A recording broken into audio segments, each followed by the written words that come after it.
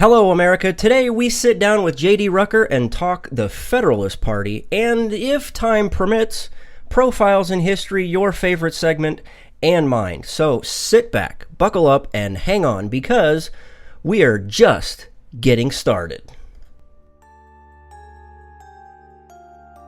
Freedom is never more than one generation away from extinction. You and I have a rendezvous with destiny. You know what time it is, so sit back and get ready for the Stafford Voice, your dose of conservative in a world of liberal. 3, 2, 1.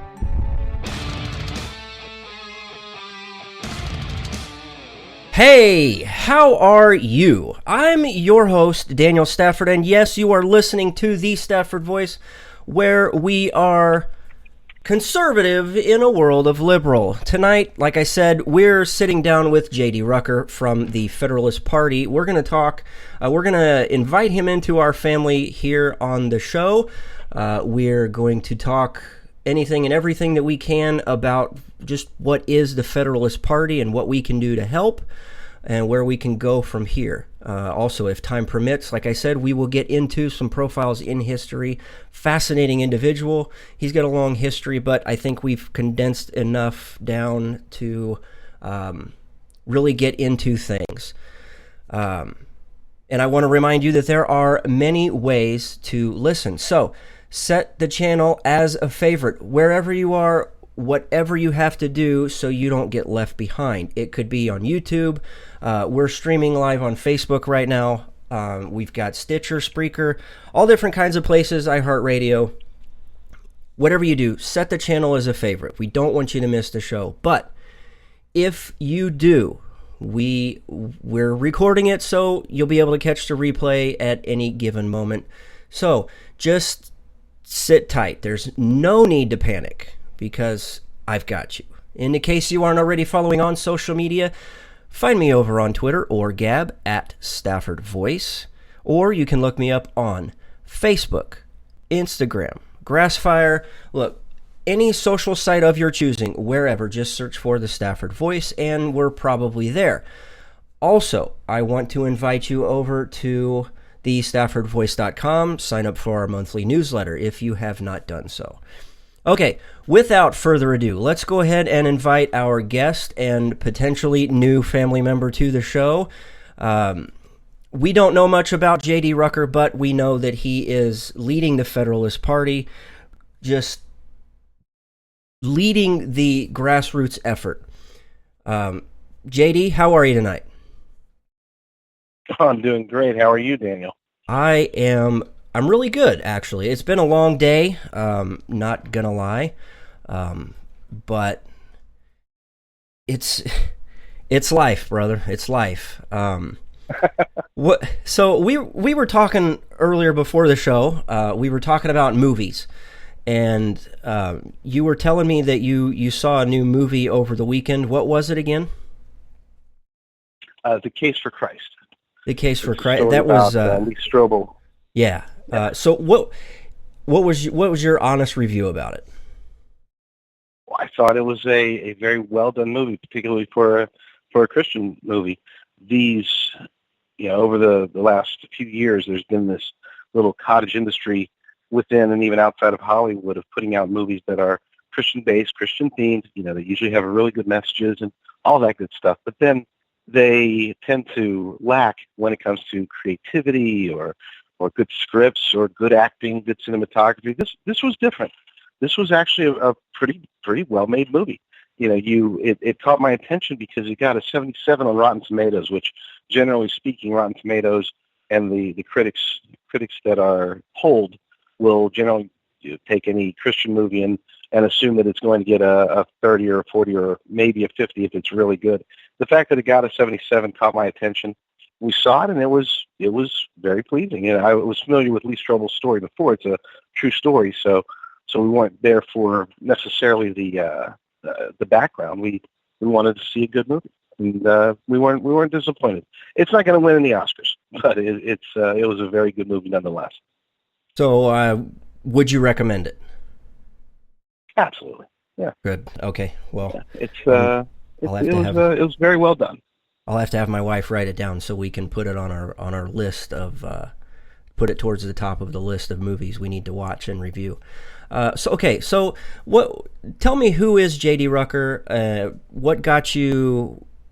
Tell us a little bit about who you are. One of the things we do on the show is we're part of a family. We're not really friends. Sure. We sit down kind of on the couch here in the house or around the kitchen table and we talk. It's the heart of America is in the home. It's not out on the street. It's it's in the church. It's in the home.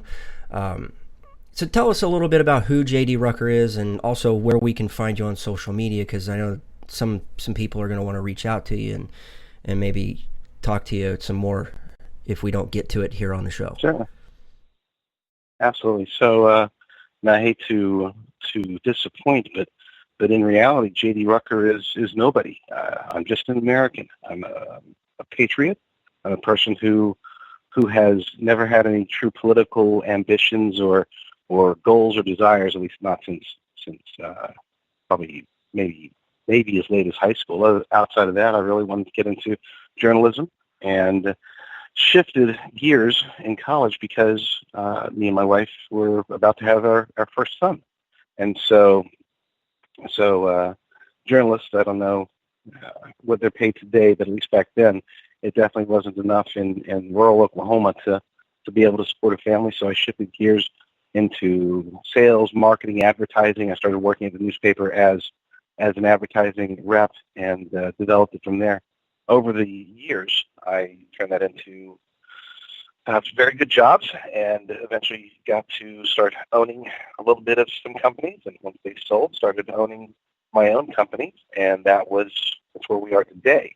Now, the challenge, though, is that I've been watching for years, and I think a lot of us have, watching as we hope that the Republican Party will fulfill their promises, that they will be the party of small government, that they'll actually come out and really defend their freedoms and take care of the things that they say they're going to take care of during campaign season.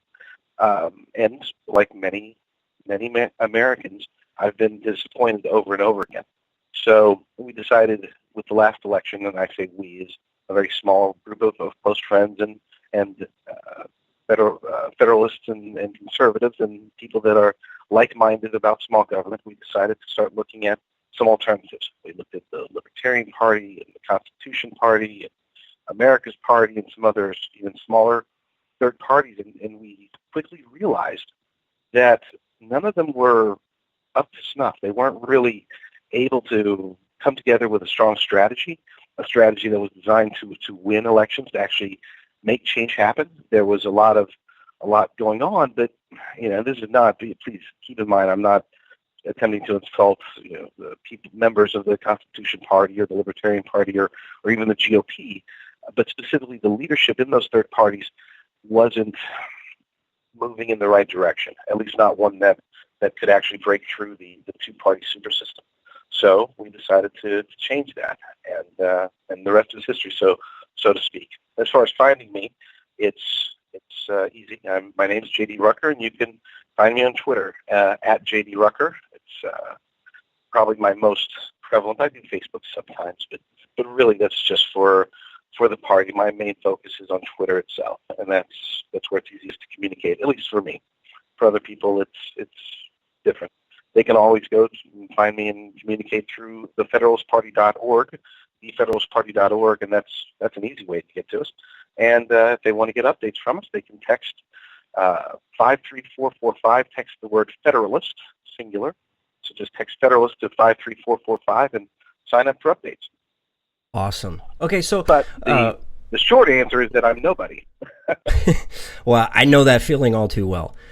But you touched on something that I kind of want to build on and see where we get in some discussion tonight.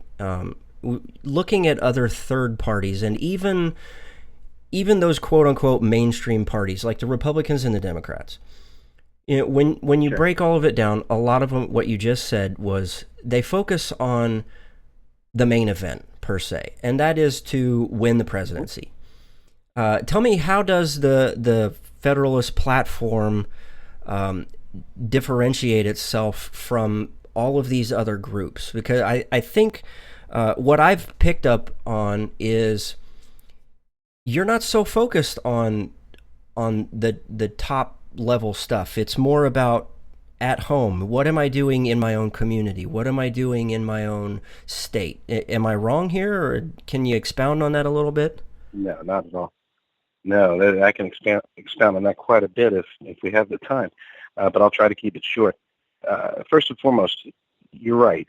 Every other party, particularly the third parties that don't have a chance of winning the presidency, seem to be focused on winning the presidency. It's a strategy that's not only defeatist and discouraging to the base, but it's also one that doesn't have any real fruit that can be delivered. It doesn't matter if you get 3% or 0.1%, or you end up finishing in the top 8 amongst presidential candidates. That's still a waste. So you're asking people to participate, to support you, to donate their hard-earned money towards a cause that has absolutely positively 0.000 chance of ever succeeding. And that you identified, that was the first thing that we identified as the biggest problem. The second thing there, you mentioned that our focus is on local elections and family, and you noted that this particular show is very into being promoting the concept of family, and we hold that at our core. From our perspective, the whole hierarchy, the pyramid of the government structure in the United States is viewed incorrectly by most. I think that the founders really wanted this to be inverted in a way. Now, that's not to say that they didn't want to give primacy to the federal government. They didn't want to have checks and balances between the states and the federal government. But I think that the way that they designed it was in a way to allow the top level of government, the top level of decision-making, to start exactly where you would want it to start, with the family and the individual. That should be where our rights and our freedoms originate. And then from there, it works its way down to the local level, down further to the county level and the state level, and then with the very bottom, if you can picture a pyramid, the bottom level of that pyramid would be the federal government, to act as essentially a safety net when no one else can solve a particular problem or achieve a particular goal. That's when the federal government steps in, and only when absolutely positively necessary. We're not ones who think that the federal government should be completely weakened to the point of oblivion. But with that said, right now they're the exact opposite. The federal government has so much primacy over everyone else that it's not even close. There is no recourse. If the federal government turns oppressive, and in many ways we've already seen that happening, you can't just go to your state and say, hey, we've been wronged by the federal government, do something about it. In many cases, they cannot, and that's not what the founders envisioned, and that's not what's best for America or Americans. What's best is if the federal government and the state governments are essentially partners. I don't want to get into a philosophical debate about dual federalism versus cooperative federalism, but federalism in general. The idea is that if the states wrong an individual, if the states are oppressive, or if a state is oppressive, then that individual should be able to go to the federal government and ask for assistance, and vice versa should be true as well. If the federal government starts to oppress, as they have in many situations in recent years, then an individual should be able to go to the state government. So the short answer to your question is yes, we are very much focused on working it from what we consider to be the top down, what most people would consider to be the bottom up. Either way, it doesn't matter. It's semantics. We want to go after races that we can win. And that's it. We're not going to try to waste anybody's money on running for president in 2020 unless we have the mandate. And that mandate has to be in the form of enough members, enough people, enough journalists talking about us, enough money to actually sustain it, and then an achievable path to win. If we can't, then we won't run it. And that's same with Senate or Congress or governors or mayors or city councils. The way that we look at it now, our main focus is to build up bubbles of groundswell, where there's areas where we can actually get embedded, where we can start winning real races, like again, city council, school boards, mayorships, win these, county assessors, whatever, win these elections that are achievable. And it befuddles me that these third parties that they're able to accumulate money and they're able to get members, but they don't take the right strategy. They spend it all on races that they know they can't win, or it's a hope and a prayer that they could maybe get to a debate. But we've seen in the last election that wasn't even very possible. Until they start winning state legislatures and governorships and start really making an impact, there's no way they can ever win the presidency or really even very many congressional seats. We look at it from the perspective of, let's start with what we can win, where we have the opportunity to actually succeed, and let's build on those successes. We're trying to operate this in many ways like a business. If you are a small company, and let's say you're selling widgets, sure, you could say, we're going to take these widgets and we're going to go to Amazon and Walmart and we're going to blow it up, and we'll be the biggest widget company in the world by this time next year. You could say that, but the chances are very slim. Instead, you should, it's great, take it into Amazon, get it started, work yourself up, and get it to the points where people are talking about you. Then, after they see, wow, this is really something, this is a great widget, then you can start talking to the Walmarts or the J.C. Penney's or whoever. Maybe you can go international, maybe you can grow from there. But the whole idea that you build your strategy around, we're either going to be the biggest in this particular widget race, or we're not going to do it at all, that's failure. And that's exactly what the third parties are doing. They're putting all of their eggs into a losing basket, and we won't do that. If we run for an office, if we run in an election, it will be because we have the people, we have the indications, and we have the money to be able to win that election. Otherwise, we're not going to touch it. We're not going to be spoilers. We're not going to be the protest vote or the sympathy vote or anything like that. We assess, we decide, can we win this? And if we can, we will go for it. Otherwise, we won't even touch it. Okay, if you're just joining the show right now, we're talking with J.D. Rucker of the Federalist Party. I love that if we don't want to waste anybody's time, and we've talked about that here before on the show. Every 4 years you've got these shadow parties, these parties that only live out in the shadows, and they pop up every 4 years, kind of like locusts that come around every 7 or 14 years, and they try and win the big prize. But in large part, the majority of conservatives and even libertarians, and for the most part, Democrats totally get this also. Change starts at home. It starts in the community. It takes an upset parent to go to the school board and run to be on that board. It takes an upset person to run for city council. It takes an upset everyday person to run for office and represent an area, whether it's just a couple of blocks or a town or even a county. So the fact that your main focus is, where can I win? And where can you win is in your own home and in your own backyard. In large part, as a country, we need to quit focusing on propping up these people that only want the prize. We don't. Right.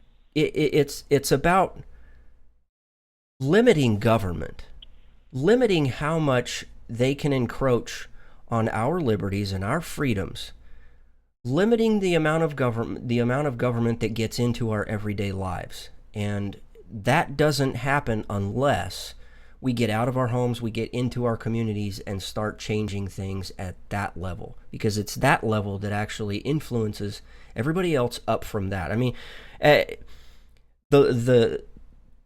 we call it the fourth branch of government, and it's really the largest and most powerful branch, and that's we the people.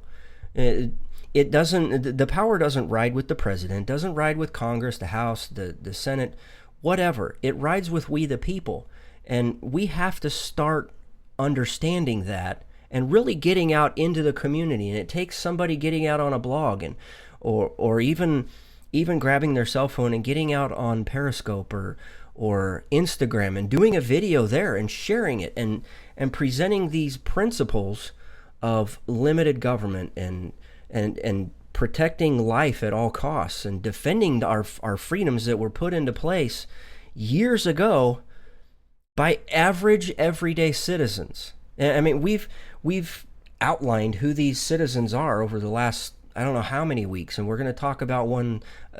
We're going to talk about another individual later on tonight, if we get around to it. But these were everyday citizens. The founding fathers were. Yeah. They were no better than you and I. They saw that this wasn't going to work. So let's change it.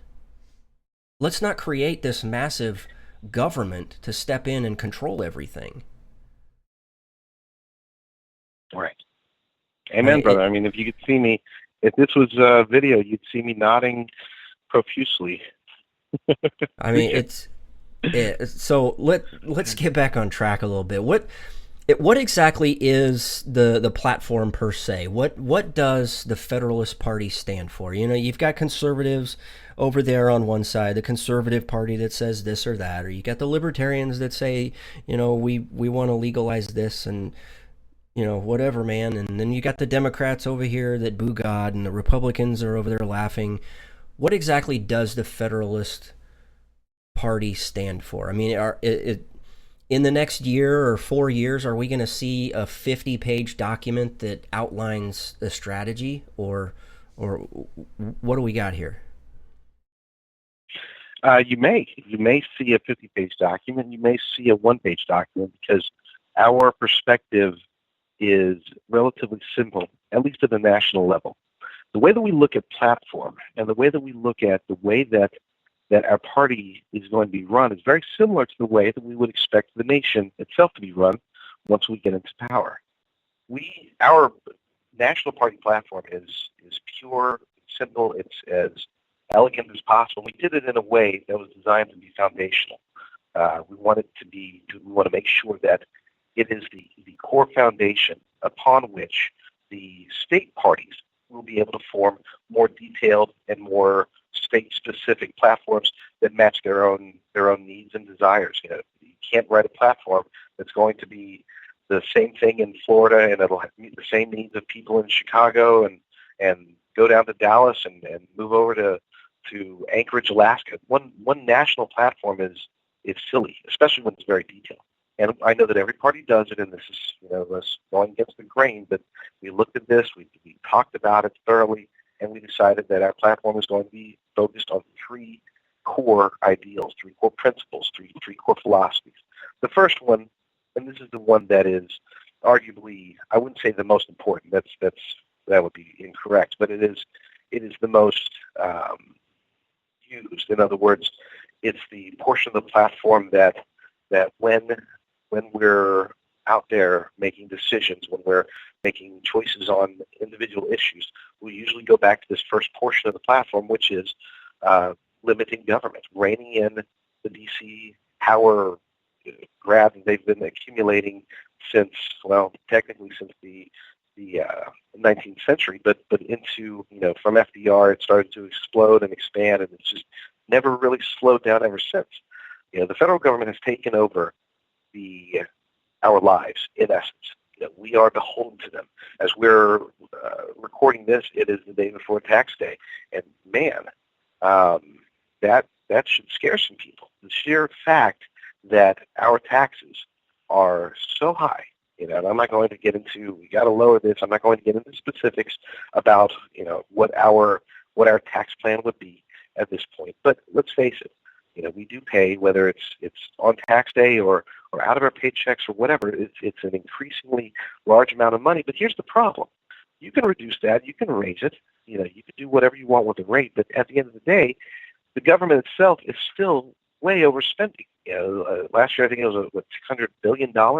They were over budget. They're talking about adding more and more and more and more.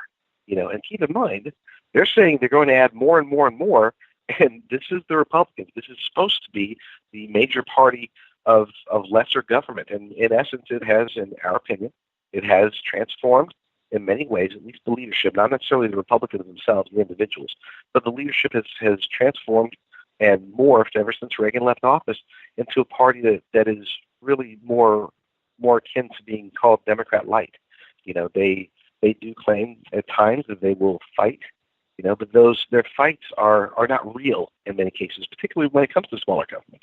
They had no problem in 2015 passing a clean Obamacare repeal bill. They put it on Obama's desk. They let him veto it. Why did they do that, and why are they now unwilling to do that? That's a weird question to have to ask, because now it won't get vetoed. So are you telling me that they put it out there in 2015 because they knew it would be vetoed, or were they bluffing? To me, and I'm sure that the answer is yes, they were bluffing, but here's the thing. To me, that's not bluffing, that's lying. They said they wanted to repeal it. Now they have the opportunity to repeal it. Now all of a sudden, whoa, wait a minute here. We can't just repeal it. We got to come up with a plan that keeps government as big as it is today, and maybe even makes it a little bit bigger over the next 10 years than Obamacare would. And let's make sure that we defund Planned Parenthood and throw in redirect some money here to there and make some changes to it that essentially is just another variation of socialized medicine. So, clearly I wasn't a big fan of Ryan Care, Trump Care, whatever you want to call it. But that's an example of what we've been faced with. And so the core, every time that they, as Federalists, if they're in office, they need to make a decision. Is this going to rein in government? Is this going to shrink government? And people will say, well, you can't just always shrink government. Here's the thing. Today, the way the situation is, you kind of have to always shrink government. You kind of have to cut it because it is so huge that anything short of cut is not going to make an impact. It's a three-pronged approach. You can't just cut, okay, so we're going to cut a couple of regulations for every one regulation we add in. No, you have to cut 10 regulations for every regulation that you want, and then you have to really decide, is this a regulation that we want? You can't just decrease a little bit of the, fire some EPA people and cut their budget and move it over to the military, which technically isn't a cut, it's just essentially a balanced transfer. But you can't just cut the EPA. You got to get rid of it. It is not useful. It is not beneficial to the environment, nor is it beneficial to the American people, nor is it necessary by any means. The Department of Education, kill it. It's a 35-year-old failed experiment. It is not necessary, especially when you're talking about the education of our children. This should be handled locally. This should be handled from, what most people would consider the bottom up, starting with the individual, making choices for their family, working with the schools, making sure that school districts are as self capable as possible, working towards the city, and then it should essentially end, I think, at the state level. At the state level, that's where fine. State Board of Education, state, setting standards at the state level, that does make sense. But once we start getting into Common Core and we start getting into essentially nationalized education with the Department of Education, it is not helping at all. So, and then of course you've got the bureaucracy, you've got the power, the budget. And the last portion that we would want to cut is the power. Right now, there is just way too much power. There is no reason for things to be so easy. People always want action, and that's the popular thing to do, is to act and act and act. But the problem is that the founders didn't see it like that. They wanted to make sure that action was hard. They wanted to make sure that every piece of legislation was worked for. They wanted to make certain that a president just couldn't just pick up a phone. I know there weren't phones, but couldn't just pick up a phone and a pen and make laws happen. That was not the intention, and that has been nothing but damaging and destroying to us. Now, people will say that that was Obama and it's not Trump. Hey, look, I'm not against everything that Trump does by any means. But at the end of the day, outside of the handful of reversals that he did, he has been starting to express and utilize more executive power than at least we should have been expecting from a Republican president. But it is what it is, and that's what we're faced with today. I know that was a long answer. I'll keep the other two portions short. The second part of our platform is defending freedoms. We talk about liberties and freedoms a lot. Liberties are important, but in reality, the liberties that were described and that were declared, for example, in the Declaration of Independence. Their liberties were different from ours. They were looking at liberty more along the lines of, we are an oppressed people with a government that is across the ocean.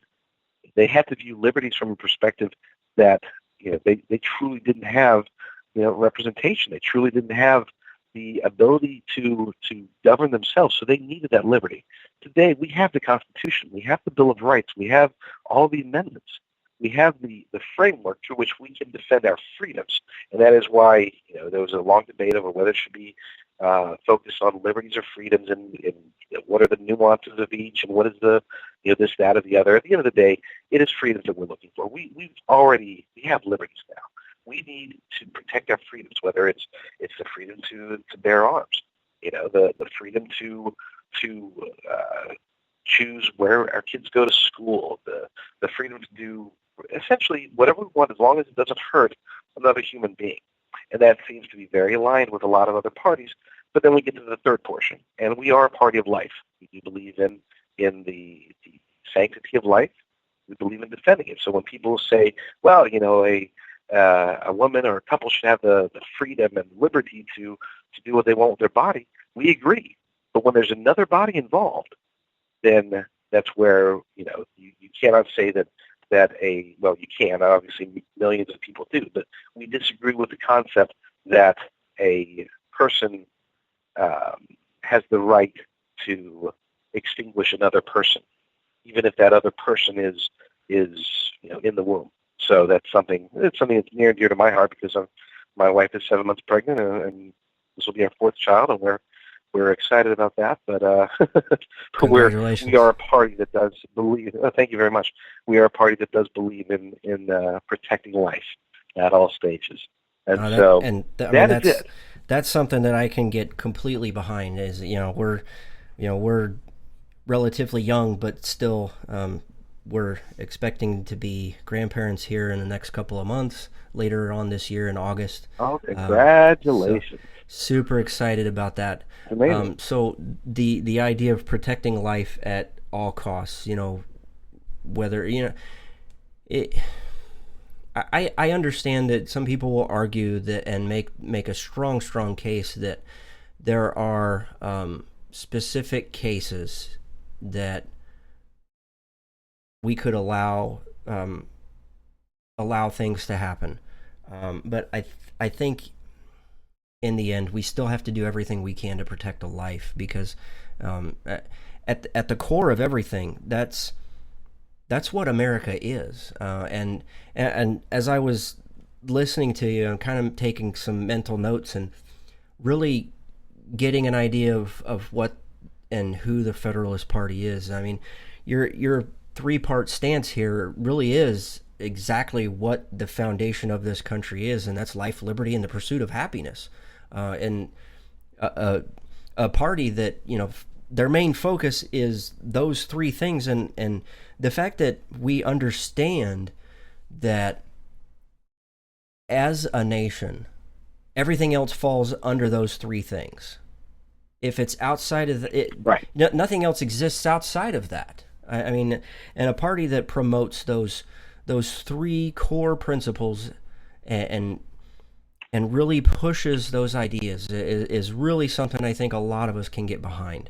So, where do we go from here? What do we do? How do we help? How do we get started? Is there a vetting process of how do people get involved with the Federalist Party and run with it? It's an excellent question, and I'm glad you asked, because we are obviously at the early stages, and the outpouring of support, the membership drives themselves have been so phenomenal so far that it was well beyond our expectations. Keep in mind, our initial plan when we were laying all this out, we had expected to be essentially a viable potential party by 2020. That was our goal. Was, hey, you know what? Let's build this up slowly. 2020 comes along, we should be able to get into a handful of races. Let's grow from there. it's grown well beyond that. At this point, we are growing much faster than anticipated. We're trying to keep up with it, and this is where we're looking for as much help as possible. Two keys there. One of the first and foremost, we're always looking for state leadership. This is something that is of utmost importance to us. That the national party is fine. It's actually easier to run because you don't have to worry about as much geography. You don't have to worry about strange laws here, there. How to get on this ballot, how to register for this particular race, and all this stuff.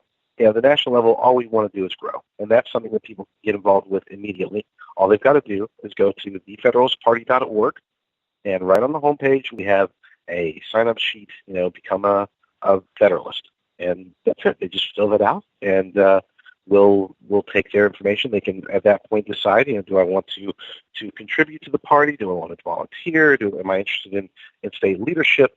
There are, or even national leadership. There's plenty of room for people to try to fit in. The second thing that we need is for people to step up and at least consider the possibility, if they do feel that they have the aptitude and the desire, to consider the potential of running. Here's the thing. We're not going to be a party that is made up of your standard politicians. We're not going to deny people. If we look at a Mike Lee or a Ted Cruz or a Rand Paul, if they just get so sick of the GOP, so sick of getting beaten up by Mitch McConnell all the time, then they say, look, we're done, or maybe one of them gets primaried or something like that happens, or there's not just those three. There's plenty of them. Freedom Caucus. There's lots of them out there. We're not going to deny any pre-existing politicians or even politicians. And we are talking to some people who have either been in politics in the past or who have run and not won. Some of the old Tea Party candidates that either got primaried or didn't win. We'll look at everybody. But where we really want to make an impact is with the grassroots. And we feel that the best politicians, and I shouldn't say the word politicians, the best public servants are those who get in because they feel that they need to get in, not because they want to, not because they have these grandiose political ambitions to become, senator or president, or that they just, I can't wait to get all the perks and benefits. I can't wait to get to that DC country club. No, we want people that are there because, hey, they can do it. They're sick of what's happening in America, and they can't sit back and just let everybody else ruin it. They need to step up. The people that feel that urge to say, you know what, somebody needs to get into this city council and fix this city. Somebody needs to run for mayor and who actually has the city's best interest in mind. Somebody needs to go into the school board and stop this liberal indoctrination, or whatever you want to call it, that's happening at the schools. There's plenty of room for there. And then you get into the state legislatures. Oh my, that there alone, we would love to have, whatever, teachers, doctors, firefighters, journalists, podcasters, whatever. At this point, we're willing to look at anybody. Now, here's the thing. It sounds great, right? It's like, we're looking for anybody to run for public office. That's not true. You asked if there's a vetting process. That's being worked on, and that's something that we have to make sure that it's perfect, or as close. I shouldn't say perfect, as close to perfect as possible. Keep in mind that anyone who runs, they'll need to. This isn't going to be like other political parties. They're going to run as a Federalist. They need to be able to essentially build their own platform, so to speak. They need to, whatever campaign promises they make, they're going to be held accountable, not by the press. The press might hold them accountable for this, or the other parties might hold them accountable. The first people they're going to be held accountable by is us. If they make a promise during the campaign, if they sign off on their platform that they're going to, for example, support the Second Amendment, and then they go off and vote for a bill that hurts the Second Amendment, we're going to be the ones knocking on their door. We're going to be the ones that are asking them, what is going on here?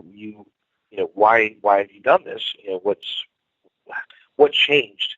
And they need to be able to explain that. And I'm not talking about explaining it in a 30-second soundbite or a minute and a half talk track that they do on on television. I'm saying they need to be able to go before us, or put it in writing, do it in an article or a blog post, and defend why they changed. And if they continue to go against what they agreed with, they won't be Federalists anymore. That's the thing, is that we see the parties that seem to be all affiliated with defending themselves with, let's stand by, oh, this person did something wrong, let's stand by them. As long as it's not something really, really wrong, they'll stand by them. This person they made a mistake, or they voted for this, but they're still on our team. No, our team as Federalists, the Federalist Party's team, is America, period. And if somebody who's wearing the Federalist badge, who runs as a Federalist candidate, and who gets into office, betrays what we consider to be a betrayal to America by not defending freedoms, by not limiting government, by not defending life, or by not doing something specific they put in either their platform or their state party's platform, then we need to call them out for it. We need to make sure that they know that they are held accountable. They're going to have to sign off. So I don't take it lightly when I say that, yes, we need people who are willing to run. We need people who are willing to do their time, get in, make change, and get out if that's their goal. But don't think that this is going to be, just as we don't want people going to Country Club DC, we don't want people going to Country Club City Council either. If they're going to represent the Federalist Party in office, they need to be stellar. And I'm not trying to set the bar too high for anybody to achieve, but I do know this, that as Americans, as patriots, as people who now have access to the internet, who can learn enough about, the economy or the local economy or the quote unquote complicated political issues of the day, if they have the aptitude and the willingness to put in the work, and they have the honesty and integrity to fulfill their promises, then I don't see why a grocery store manager or anyone, a retired professor, I don't care, they could be anything, as long as they do put America first, and as long as they do look at their service as truly a service and not something that's going to inflate their notoriety, inflate their pocketbooks, or anything like that. This is essentially unforgiving, but we think it's worthwhile. So it's not so much about the letter behind the name or in front of the name. It's about the person. Not at all. Not at all. Here's the thing: if federalism to work, it needs to be always centered on what is best for the nation and for the people, even if that's not necessarily what's best for the party. I'll give you a quick example.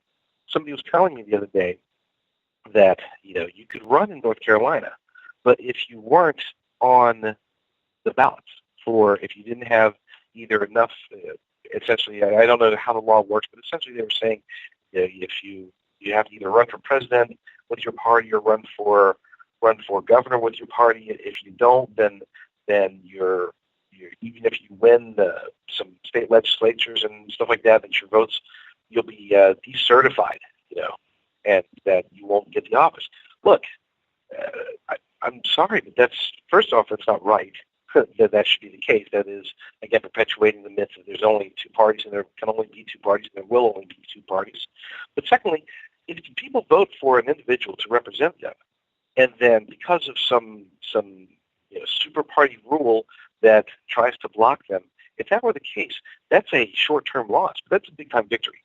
That would raise the ire of patriots across the country. That would generate change in a way that we get to see every now and then. You see different cases that form great changes in the country. That would be one of those instances that would essentially change the way that people look towards America. So that would be a defeat for the Federalist Party, okay? But it would be a victory for America. We would be willing to take that. Now, keep in mind, I cannot stress enough, we're not in this for defeats, okay? We're not in this to spin our wheels.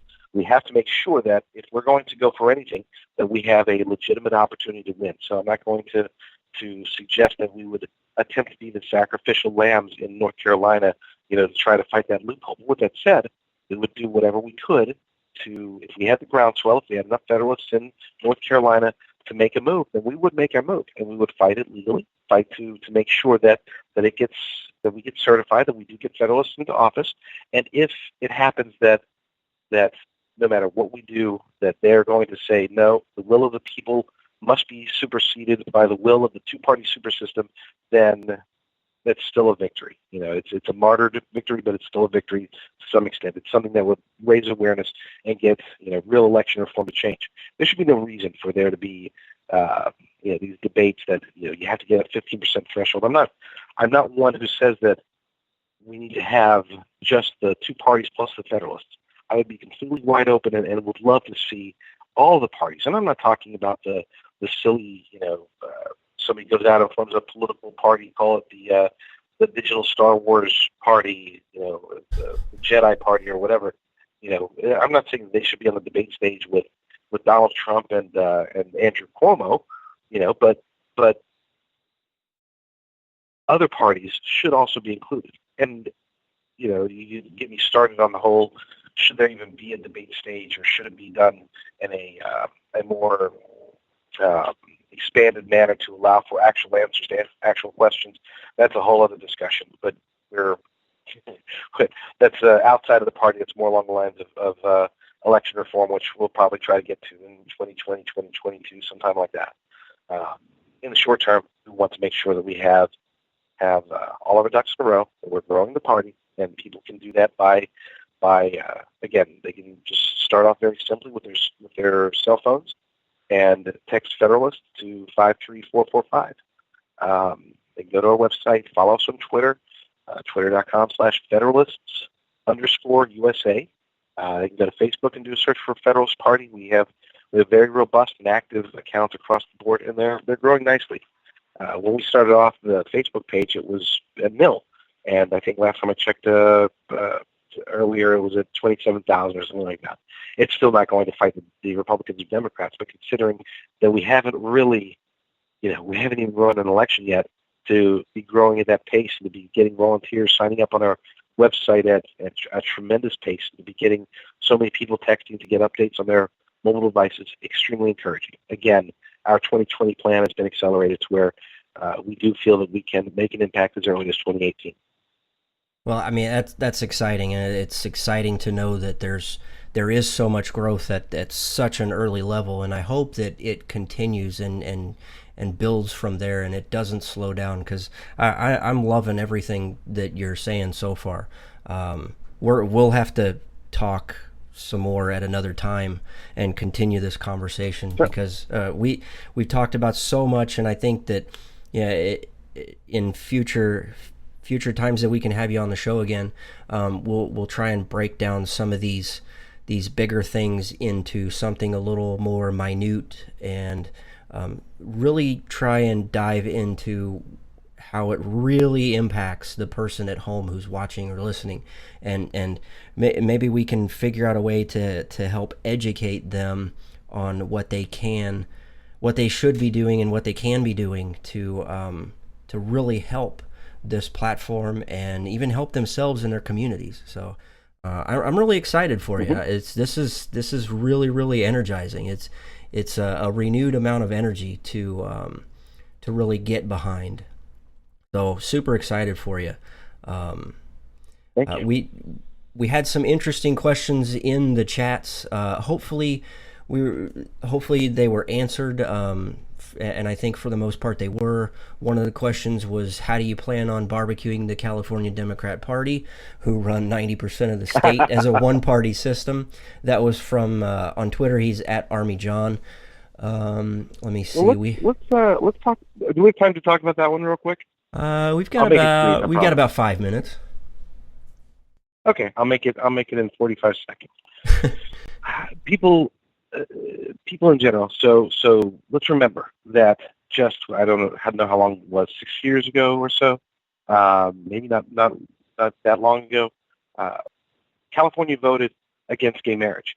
It wasn't too long ago. It's been within this century, and by century I mean after 2000, that they put in a Republican in the governor's office. Now, I'm in an area where we have a Republican congressman. To say that California can't be touched, here's the thing. Federalism in this, particularly the idea of smaller government, can be applied in a way and explained in a way that will get many Democrats excited. Keep in mind, a lot of Democrats aren't Democrats because they're liberal. They're Democrats because, for whatever reason, whether it's because they're minorities or their parents did this and that, or there's something that's compelling them to be not Republicans. We can be, and we have seen people that were Democrats coming on board as Federalists because we're also not Republicans. Again, nothing against the Republican Party in general, or Republicans, I should say, in general, but to say that it's impossible, I wouldn't say that. It could have happened in 2018, probably not. 2020, no. But here's one thing that I've noticed, and I do live out in California. One thing that I've noticed is that people are starting to realize that, wow, we have been, playing this big budget, big tax California game for so long, and man, we're broke, and wow, we can't afford to fix this road, and holy cow, things are really bad here, and we can't even afford to do anything really. We're having to cut funds across the board. Eventually, people do wisen up. So California is probably not going to be our biggest target in 2018, but that's not to say that we wouldn't target some areas of California. Sorry. Nope, you're fine. We had another question. What's the Federalist view on the Second Amendment? Second Amendment is very clean, very simple. Okay, if you want to try to debate me on, the militia is that was an anti. No. Okay, Second Amendment is very, very clear. Okay, it gives us the right to bear arms. Period. That's it. Okay, there's no limitation that I'm not suggesting that you erase all laws that pertain to it. The whole idea of people wonder why you can't mail order over the mail, order guns directly to your home anymore. It's because one of those guns was used to kill JFK. So there are certain laws that do make sense. But for the most part, as an American citizen, if I want to take my Colt 45 and holster it and make sure the safety is engaged and as a responsible, law-abiding citizen, go out to lunch and know that if anything crazy happens, that I can defend myself and my family, that's what the Second Amendment grants. Now, we can get into details, but the short version is that for the most part, there doesn't need to be exceptions. There doesn't need to be, what about for hunting or for this, that, or the other? Every state can decide how they want to participate. But as a national government, the Second Amendment is very clear, and it's not open for debate. It should not be repealed or challenged in any way. Let the states decide if they want to limit it to 10-round clips, or if they want to make sure that you don't have a rocket launcher or whatever. But at least not that there's anything wrong with having rocket launchers. Hey, I'm yeah, exactly. Someday I might have my own, but as of today, I don't. We've got a good portion of our audience that's ex-military and prior service. So, and speaking for myself, hey, if I can get my hands on one, I'm going to put it in the cache. Okay, so let's review. Let's review. So if people want to stay up to date on what to do, how they can help, they just text the word Federalist to 53445. Again, that's 53445. Just text the word Federalist. Yes, absolutely. Awesome. And then the easiest way, obviously we have social media, but they can just go online if they're on there. They can just go to our website, thefederalistparty.org, and sign up. They can contribute. We don't like to take quote unquote donations. We look at them more as investments, as contributions. Again, because we are going to be utilizing these funds in a way that we think is smarter and more frugal than any other party has. We're not going to waste. If we raise $50 million this year, chances are very slim that unless something miraculous happens, chances are very slim that we're going to go spend all that money to go find us a Gary Johnson to run for president and waste it, throw it down the drain. Nothing against Gary Johnson or love open, but hey, it didn't work. Lots of money spent, not a lot of return, a lot of embarrassment actually. But whatever. Well, we can get into that in maybe another show, hopefully in the next couple of weeks, maybe, where we could actually dive into some of the differences between what the let's just take this particular example into play. What the core differences are with the Federalist versus the Libertarian Party. Some discussion that I think that I can really look forward to, and they're asking in the chat room. That's one of the things that just came up. So again, I you can guys answer will just that in have 20 seconds. Go ahead. Just the quick answer to that is that from a purely strategic, and let's not looking at the platforms themselves, that we can get into discussions, but they've tried and they failed. They've had over a quarter century to put this together. We are on pace to be approaching them in size before the end of this year. We have a strategy that is designed, in our opinion, to win. So the most stark difference is that we think that we have a strategy to make a move versus a strategy that might be able to get one city council and maybe a mayorship and a handful of congressmen over a 30-year period. That's not going to be us. We should be equal to or bigger than them by the time the next election rolls around. Right. Good stuff. Good stuff, JD. Appreciate it. We will try and reach out to you and get you back on the show here in the next couple of weeks. We'll talk about some more stuff, see where the party's at, and even have you on future conversations. Really a pleasure to sit down and talk to you tonight, JD. I really appreciate it. Thank you so much for your time. I really do. Thank you for having me, Daniel. All right. We'll catch you up later. Thanks. Okay, guys. Great conversation. That was super fascinating. Some very good stuff talked about. Super excited as to where the Federalist Party is going, what they've been able to do. It really does. It really does excite me. So here's the thing. Unfortunately, we are out of time. And here in just a minute, we'll get into the after the show.